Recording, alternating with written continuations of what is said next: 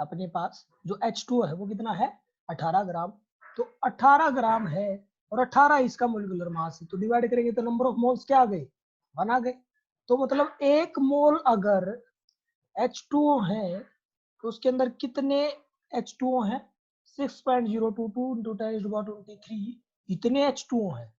तो समझो इस बात को उल्टा करके लिख दो ऐसे, अगर 6.022 गुणा में 10 की पावर 23 H2O है तो तुम्हारे पास 18 ग्राम है।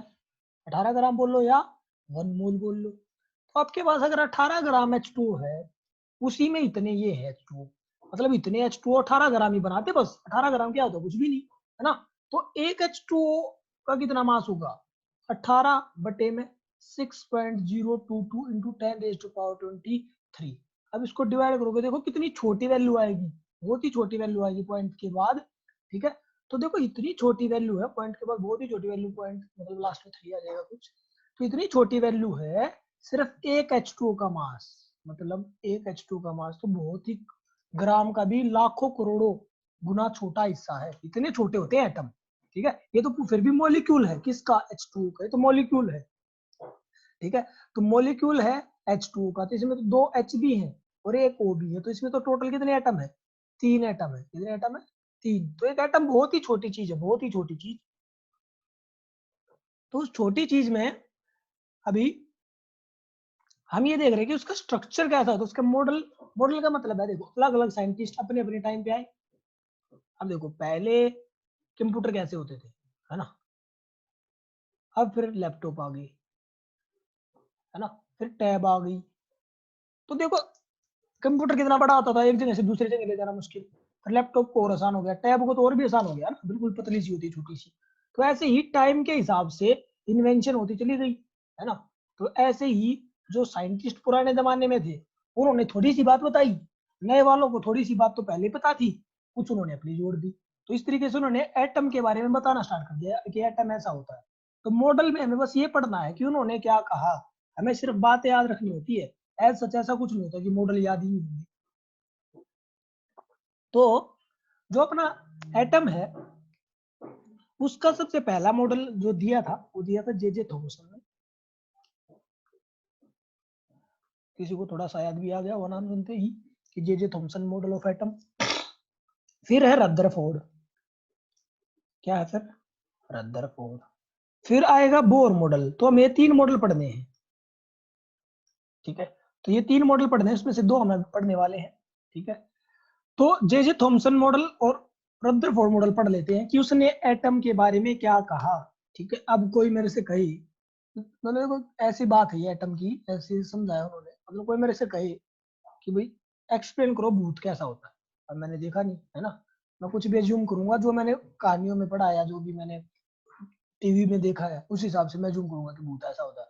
अब किसी को क्या पता भूत कैसा होता है, लेकिन उनको थोड़ा जो भी ज्ञान था उस बारे में जो उन्होंने देखा उससे उन्होंने क्या बताया, तो ऐसे उन्होंने बस बताया कि कैसा दिखता है, ठीक है। अगर कोई आपसे पूछे कि ईंट कैसी होती है, अब ईंट का तो स्ट्रक्चर आपको पता ना कि कैसा होता है, तो ऐसे ही उन्होंने थोड़ी सी ज्यादा खोज करी। तो उनसे उन्होंने क्या बताया, पहले सबसे पहला क्या है J Thomson model of atom. बिल्कुल सिंपल सी कहानी कही, 2 शब्दों में इसको अलग अलग टीचर अलग अलग तरीके से समझा देते हैं, दोनों ही बता देता हूँ। देखो एक तो टीचर एग्जांपल देके समझा देते हैं, मतलब ऐसे ही मतलब जो उसने बताया हलवे की तरह, हलवा हलवा होता है ना सबको पता है। और एक अपना क्या होता है तरबूज, ठीक है। तो इसको वाटरमेलन मॉडल भी कहते हैं। तो तरबूज में जो बीज होते हैं, बोल रहा जो तरबूज है वो तो पूरा एटम है, तरबूज क्या पूरा एटम, जिसमें जो बीज है वो इलेक्ट्रॉन और प्रोटॉन का काम करते जो कि इधर उधर फैले हुए हैं, बस उसने यही बताया और कुछ नहीं बताया। उसने जे थॉमसन ने सिर्फ क्या बताया कि एटम तरबूज जैसा है, ठीक है। और तरबूज के अंदर इलेक्ट्रॉन और प्रोटॉन, जिस तरीके से बीज पड़े होते हैं तरबूज के अंदर, ऐसे इलेक्ट्रॉन और प्रोटॉन एटम के अंदर पड़े हुए हैं, जैसे तरबूज के अंदर बीज पड़े होते हैं। तो बस ये बताया। अब हलवे की क्या कहानी है, जैसे हलवा होता है ना, हलवा होता है मतलब ये प्लेट भर के अपना हलवा, हाँ इसमें ये काजू किसमें ऐसे टीन मौज हो गई, है ना। तो ये काजू किसमें ऐसे पड़े होते हैं, ऐसे ही इलेक्ट्रॉन और प्रोटॉन पड़े होते हैं, इस तरीके से समझाया जाता है। तो जे थॉमसन मॉडल बस इतना सही है, ठीक है। अब इस टाइम पे तुम्हारे इस लेवल पे 11th क्लास में जे थॉमसन मॉडल नहीं आता, बस इतना याद रखना है। तो इसमें बहुत सारी चीजें जो उसने एक्सप्लेन नहीं की बस उसने थोड़ा सा ओवरव्यू दे दिया, ऊपर बाहर बाहर से बता दिया कि लो भाई ऐसा है। तो अब उसके बाद क्या हुआ, उसके बाद आ गया रदरफोर्ड मॉडल ऑफ एटम। क्या आ गया, रदरफोर्ड मॉडल ऑफ एटम। ये बड़ा इंपॉर्टेंट है भाई, ये आता है डायरेक्ट, ठीक है। तो देखो रदरफोर्ड मॉडल क्या है, तुम्हें मैं बोल रहा हूँ कि भाई ये पढ़ना है, ये क्वेश्चन याद करना, तो ऐसे ही किया करो बस, हद से भी ज्यादा हो जाएगा काम, काफी हो जाएगा उतना याद है तो केमिस्ट्री में, ठीक है। देखो उसने क्या किया, उसने यहाँ पे एक लेड का ब्लॉक लिया, ब्लॉक का मतलब क्या है, एक टुकड़ा ला मान लो, है ना। तो उसने ऐसे एक लेड का ब्लॉक ले लिया, और उस लेड के ब्लॉक के अंदर उसने एक ऐसा एलिमेंट रख लिया जो रेडियो एक्टिव है। क्या है, रेडियो एक्टिव। अब रेडियो एक्टिव एलिमेंट क्या होते हैं कि जो एक बार डिसइंटीग्रेट होना स्टार्ट हो गए, टूटना स्टार्ट हो गए, तो उसके बाद वो रुकते नहीं है और वो अपने आप ही टूटते रहते हैं, तो उनको बोलते हैं रेडियो एक्टिव एलिमेंट। और इस प्रॉपर्टी को या इस फिनोमिना को बोलते हैं रेडियो एक्टिविटी। रेडियो एक्टिविटी, जिसके अंदर से रेज वगैरह निकलती हैं, अल्फा बीटा गामा, तो इस तरीके से वेव्स या रेज निकलती हैं, तो इस फिनोमिना को तो बोलते हैं बेटा रेडियो एक्टिविटी।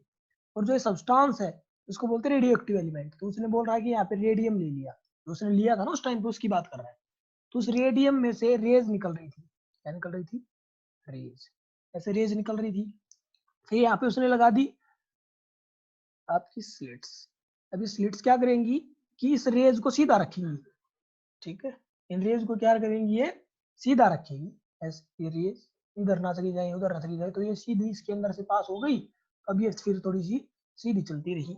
फिर उसने क्या किया, स्लिट बोलते बेटा इसको, क्या बोलते हैं, स्लिट। ये क्या है, लेड का ब्लॉक, ठीक है। ये रेडियो एक्टिव एलिमेंट कौन सा ले लिया उसने, रेडियम, ध्यान रखनी सब बातें। फिर उसने क्या किया कि यहाँ पे एक डिटेक्टर ले लिया।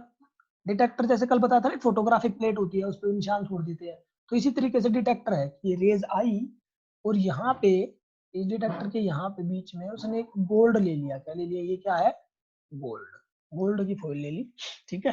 तो गोल्ड ले लिया। अब क्या हुआ कि यहाँ पे ये गोल्ड है, अब इसको मैं थोड़ा सा रब कर रहा हूँ जानबूझ के, ठीक है, समझ जाना कि गोल्ड है। मैं इधर बता देते हैं कि ये क्या है अपना गोल्ड, ठीक है। ये गोल्ड आ गया यहाँ पे, लो कलाकारी देखो आज तुम, चलो। तो ये अपना गोल्ड हो गया।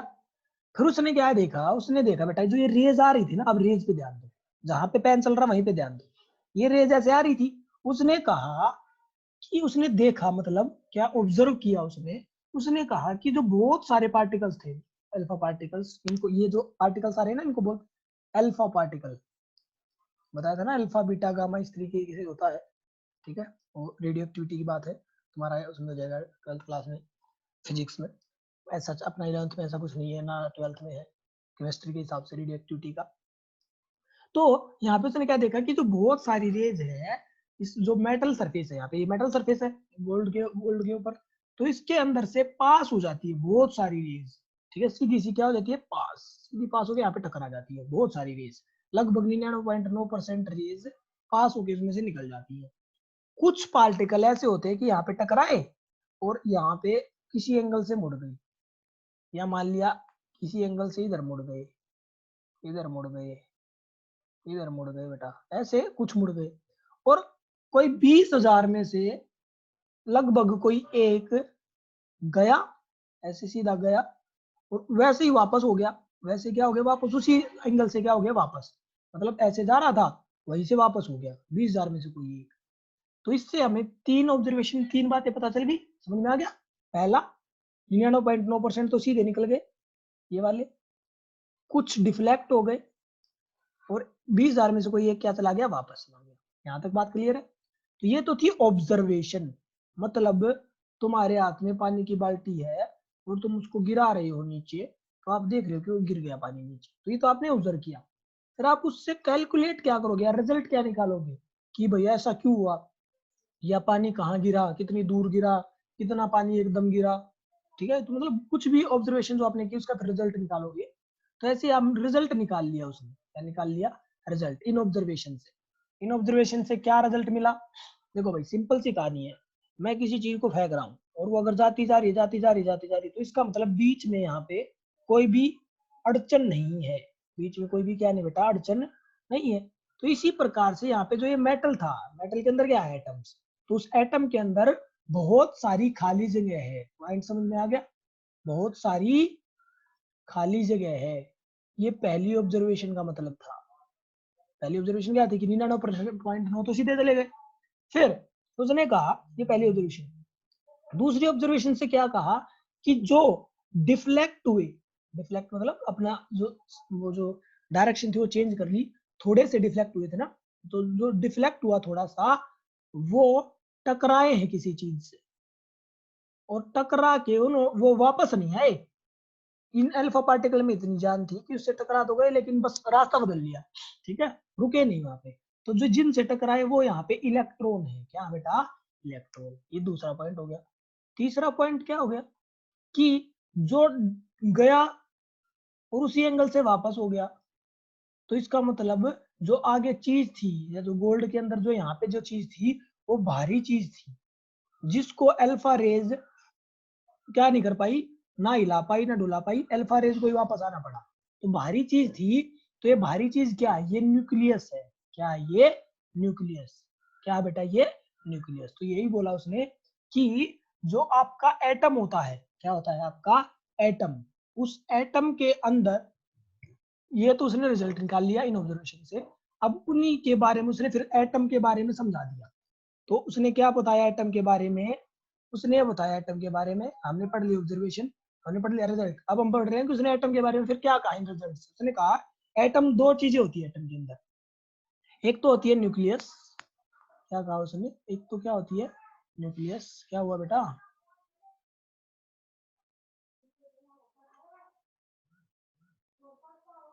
थर्ड ऑब्जर्वेशन बताना, एक सेकंड। देखो क्या है, पहली ऑब्जर्वेशन थी कि सीधा चला गया, ये फर्स्ट है। दूसरी ऑब्जर्वेशन थी डिफ्लेक्ट हो गया, ये दूसरी ऑब्जर्वेशन है। थर्ड ऑब्जर्वेशन क्या थी कि 20,000 में से कोई एक पार्टिकल टकरा के वापस हो गया, तो ये थर्ड ऑब्जर्वेशन है कि वापस चला गया। क्लियर है भाई, हल्का। तो ये थी भाई थर्ड ऑब्जर्वेशन। तो ये ऑब्जर्वेशन से रिजल्ट क्या है, जो सीधी चली गई तो वहां पे कुछ नहीं था, खाली जगह है। सेकंड, कुछ एंगल से डिफ्लेक्ट हुआ, तो मतलब जिस चीज से टकराया उसका वेट कम था, वेट इलेक्ट्रॉन का कम होता है, तो वहां पे इलेक्ट्रॉन था। और जहां से टकरा के बिल्कुल वापस ही हो गया, आगे नहीं जाने दिया, तो वहां पे कोई भारी चीज थी, ज्यादा पहलवान बंदा था कोई, तो वो कौन है, न्यूक्लियस, जहाँ पे मास मोस्टली कंसंट्रेटेड रहता है, क्योंकि वहां पे बहुत सारे प्रोटॉन्स एक ही जगह रहते हैं। ठीक है, तो ये थी बेटा, हल्का भाई क्लियर हो गया होगा बेटा। चलो, तो अब क्या हुआ, उसने क्या बताया, थर्ड पॉइंट कहाँ गया, एक सेकंड। हाँ, तो उसने एटम के बारे में क्या कहा, उसने एटम के बारे में कहा कि इसके अंदर एक तो न्यूक्लियस होता है और एक एक्स्ट्रा न्यूक्लियर पार्ट होता है। एक्स्ट्रा न्यूक्लियर पार्ट, देखो पढ़ते तो हमारे हैं बचपन से ही, अब हम उन चीजों को सीख रहे हैं। हमने पढ़ा है कि जैसे मैंने भी थर्ड चैप्टर करा था, मैंने कहा कि बीच में क्या होता है, न्यूक्लियस, बाहर ये होती है सेल्स, क्या सब सेल्स होती है ऐसे ही। तो यही कह रहा है कि ये तो हो गया न्यूक्लियस, और जो ये हिस्सा हो गया, ये हिस्सा हो गया, ये सारा हिस्सा, तो ये हिस्सा है, ये सभी क्या है, एक्स्ट्रा न्यूक्लियर पार्ट। क्या बताइए, एक्स्ट्रा न्यूक्लियर पार्ट। तो उसने एक एटम के बीच में, दो एटम के पास दो चीजें होती है, एक तो न्यूक्लियस और एक होता है एक्स्ट्रा न्यूक्लियर पार्ट। न्यूक्लियस के अंदर सारे प्रोटॉन्स और न्यूट्रॉन्स रहते हैं। उसने कहा क्या रहते हैं, प्रोटॉन्स और न्यूट्रॉन्स, जिसके अंदर सारा मास कंसंट्रेटेड रहता है, क्योंकि प्रोटॉन्स का वेट कल बताया था ज्यादा होता है इसके कंपेयर टू इलेक्ट्रॉन के, इलेक्ट्रॉन का वेट तो बहुत कम होता है। ऐसे ही बाहर जो है वहां पे इलेक्ट्रॉन्स घूम रहे हैं, क्या घूम रहे हैं, इलेक्ट्रॉन्स। तो उसने ये दो चीजें कही, एक तो न्यूक्लियस होता है जिसका साइज स्मॉल है, उसके ऊपर पॉजिटिव चार्ज है, न्यूक्लियस के ऊपर कौन सा चार्ज है, पॉजिटिव चार्ज। साइज क्या है उसका, न्यूक्लियस का स्मॉल, तो उसने ये कहा। ठीक है, और जिसमें पूरा का पूरा मास कंसंट्रेटेड होता है, कंसंट्रेटेड मतलब एक ही जगह इकट्ठा हो रखा है। ठीक है, तो ये उसने बोला। अब जो एक्स्ट्रा न्यूक्लियर पार्ट है, अब जिसने ये क्यों कहा कि यहीं पे सारा मास क्यों है, क्योंकि बताया ना प्रोटॉन भारी होते हैं, तो एक प्रोटॉन तो बहुत गुना ज्यादा, 1800 से 1837 गुना ज्यादा, वैसे ही जैसे कल हाइड्रोजन को पढ़ रही थी, इतना गुना ज्यादा इलेक्ट्रॉन से भारी होता है। तो एक प्रोटॉन ही बहुत सारे इलेक्ट्रॉन्स के बराबर है, इतने इलेक्ट्रॉन्स के बराबर है, तो इसलिए उसने बोल दिया जितने इलेक्ट्रॉन बाहर होते हैं प्रोटॉन अंदर होते हैं। तो बहुत ज्यादा मास तो अंदर ही है, बाहर तो नेग्लिजिबल मास है, बाहर क्या है, नेग्लिजिबल मास। आगे एक्स्ट्रा न्यूक्लियर पार्ट में क्या है, इलेक्ट्रॉन्स जो कि घूमते रहते हैं, क्या है इलेक्ट्रॉन्स, ये न्यूक्लियस, यहाँ पे क्या है इलेक्ट्रॉन्स घूमते रहते हैं, घूमते रहते हैं, ये इलेक्ट्रॉन यहाँ घूम रहे हैं, अगली सेल के इलेक्ट्रॉन अगली सेल में घूम रहे हैं, है ना, उससे अगली सेल के इलेक्ट्रॉन अगली सेल में घूम रहे हैं। अब ये जो सेल बनी, ये भी इनकी बात करेंगे हम आगे चैप्टरों में, कि ये सेल एक्चुअल में होती है या नहीं, ऐसे गोल धारे होते हैं या नहीं, इनकी भी बात करेंगे, ठीक है। तो ये था बात भाई आपके रदरफोर्ड मॉडल की, समझ में आ गया होगा। 3 चीजें याद रखनी है, ऑब्जर्वेशन, रिजल्ट, और उससे उसने रिजल्ट वो क्या बताई, एटम के बारे में क्या बताया, और आपको डायग्राम भी याद करना है। तो ये सारे काम करने रदरफोर्ड के बारे में, ठीक है भाई, आई होप क्लियर हो गया होगा। किसी को कोई दिक्कत हो तो बताना, पूछूंगा अभी। चलो अभी इसके बाद अगला जो टॉपिक है वो टॉपिक है atomic number and mass number. Atomic number and mass number. अभी तो मैं तुम्हें थर्ड चैप्टर में बता चुका हूँ कि किसी भी एटम को ना लिखने का एक तरीका होता है, ठीक है। उस एटम को हम इस तरीके से लिखते हैं, जैसे मैंने हाइड्रोजन को लिख के दिखाया है तुम्हें, कि मान लिया ऐसे लिख दिया 1H1, ठीक है। मान लिया हम लिख रहे हैं कार्बन को 6C12 या 6C14, तो उसने इसको बोला है कि हम इसको ऐसे लिखते हैं ZXE।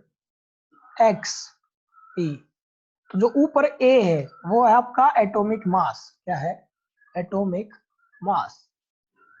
जो नीचे जो चीज है ये है आपका एटॉमिक नंबर, एटॉमिक नंबर, ये क्या है आपका एटॉमिक नंबर, ये क्या है आपका एटॉमिक नंबर, ये क्या है आपका एटॉमिक नंबर, ये एटॉमिक मास, ये भी एटॉमिक मास, तो ये एटॉमिक मास होते हैं।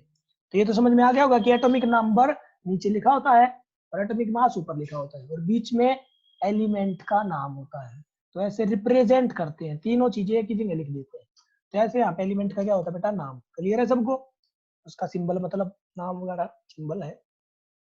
अब हम पढ़ रहे हैं एटॉमिक नंबर, तो वो तो हमने पढ़ लिया, ये होता है एटॉमिक नंबर। वैसे बताया था डेफिनेशन क्या थी एकदम एटॉमिक नंबर की, the number of protons, the number of protons, और लिख रहा हूँ, एंड नहीं लिख रहा, एंड लिख रहा होता तो मतलब दोनों चीजों को जोड़ना पड़ेगा, या the number of electrons in an atom, किसी एक एटम में जितने प्रोटॉन या इलेक्ट्रॉन, किसी एक चीज को गिन लो, वही उसका एटॉमिक नंबर होता है।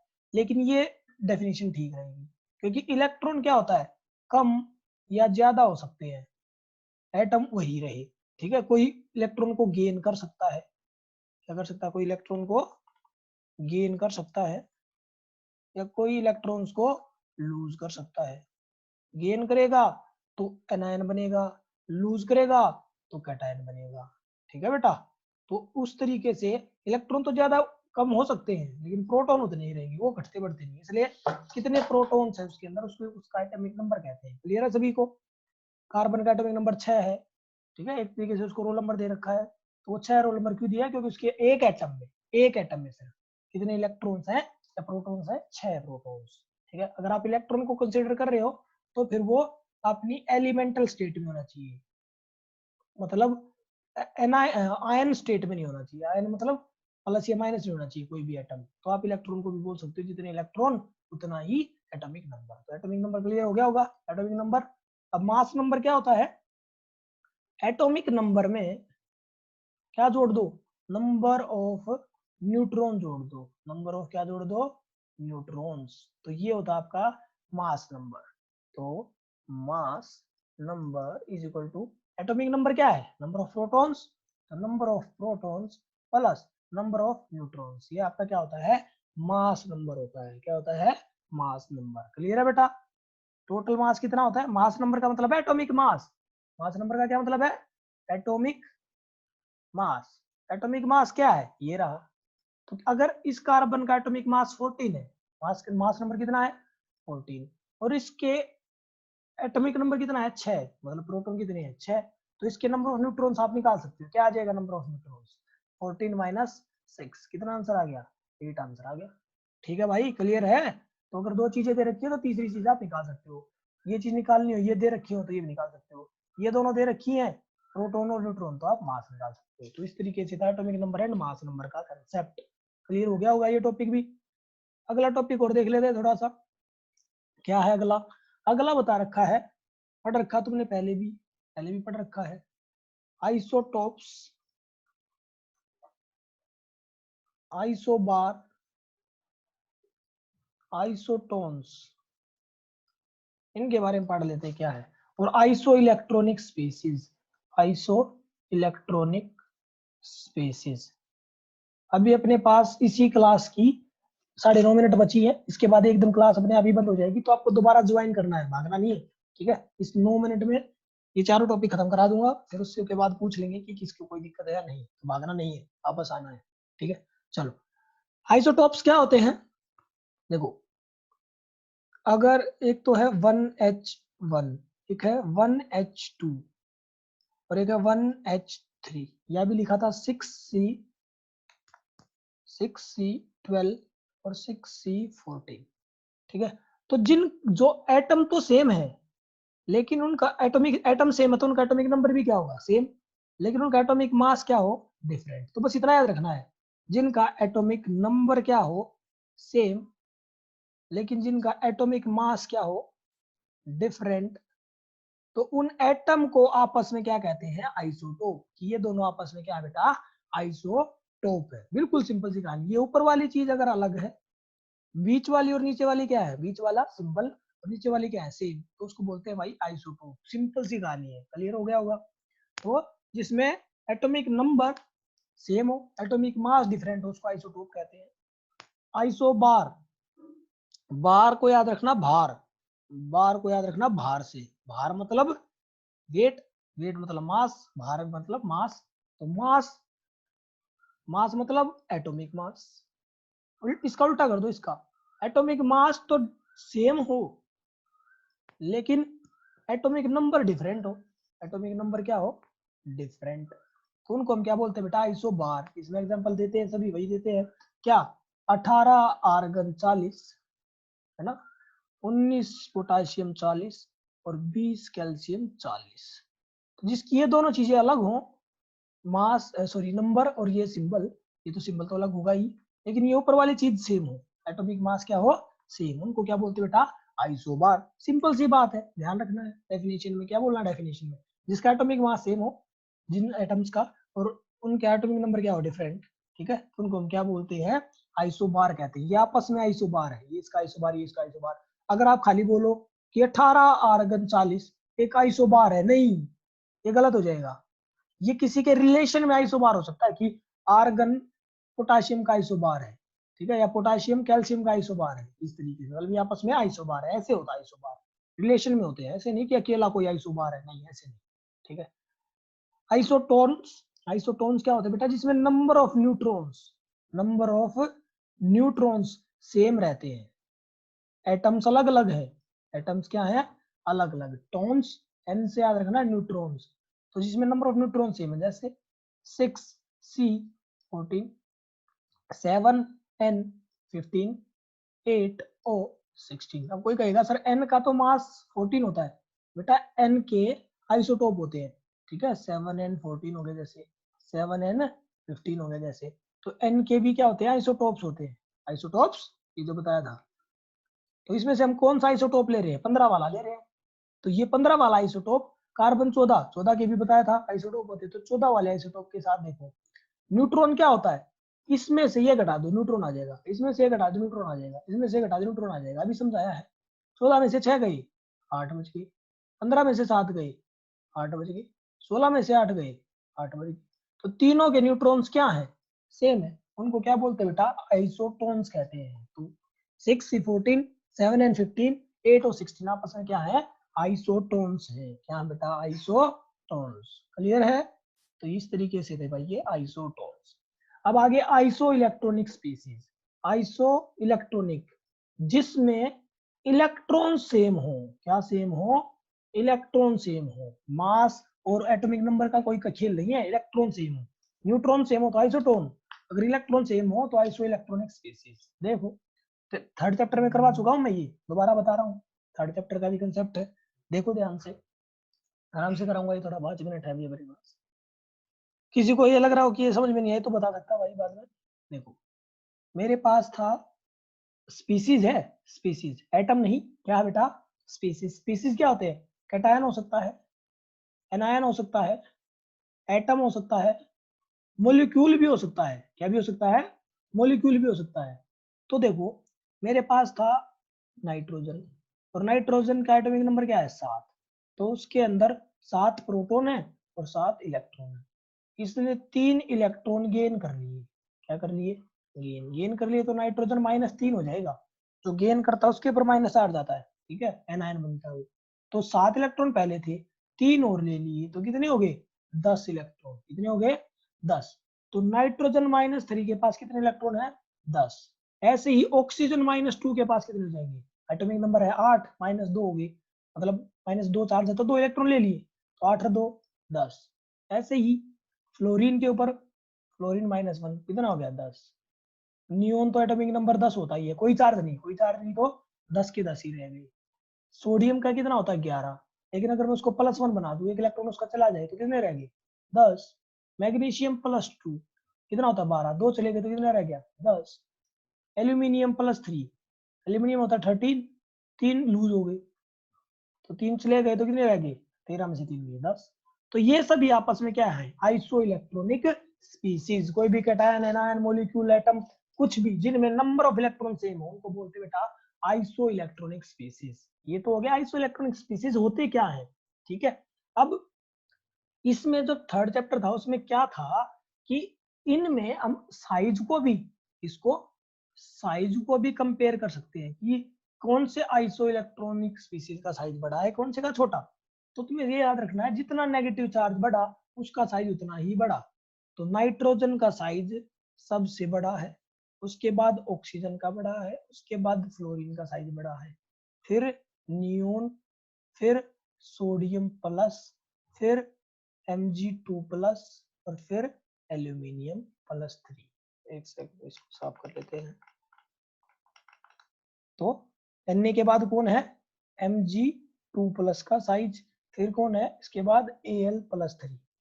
सिंपल याद रखना, जितना नेगेटिव साइज बढ़ा, जितनी नेगेटिव की वैल्यू बढ़ी साइज बढ़ा, और जितने पॉजिटिव की वैल्यू बढ़ी, वैल्यू मतलब ये नंबर 3 है तो उतना ही छोटा। तो ये होते हैं आइसो इलेक्ट्रॉनिक स्पीसीज। क्लियर है भाई बात। और ये आपको याद रखना है, ये इस पे क्वेश्चन आ जाता है डायरेक्ट। तो ये था भाई अपना iso electronic species. I hope सारे ये चीजें क्लियर हो गई होंगी, ठीक है। ये बहुत सारी चीजें रिपीट थी तो यहाँ तक हमें करना है, कल करेंगे फिर आगे इसके जो भी बीच में न्यूमेरिकल्स वगैरह जो भी दे रखे हैं, जो भी प्रॉब्लम प्रैक्टिस दे रखी है, सब ट्राई करके देखनी है, सब पढ़ना है, पूरा पेज पढ़ना है। और इसके पास बुक नहीं है, मैं PDF बना के भेज दूंगा, थोड़ा टाइम नहीं मिल रहा, घर पे थोड़ा काम चल रहा है, ठीक है। तो इस तरीके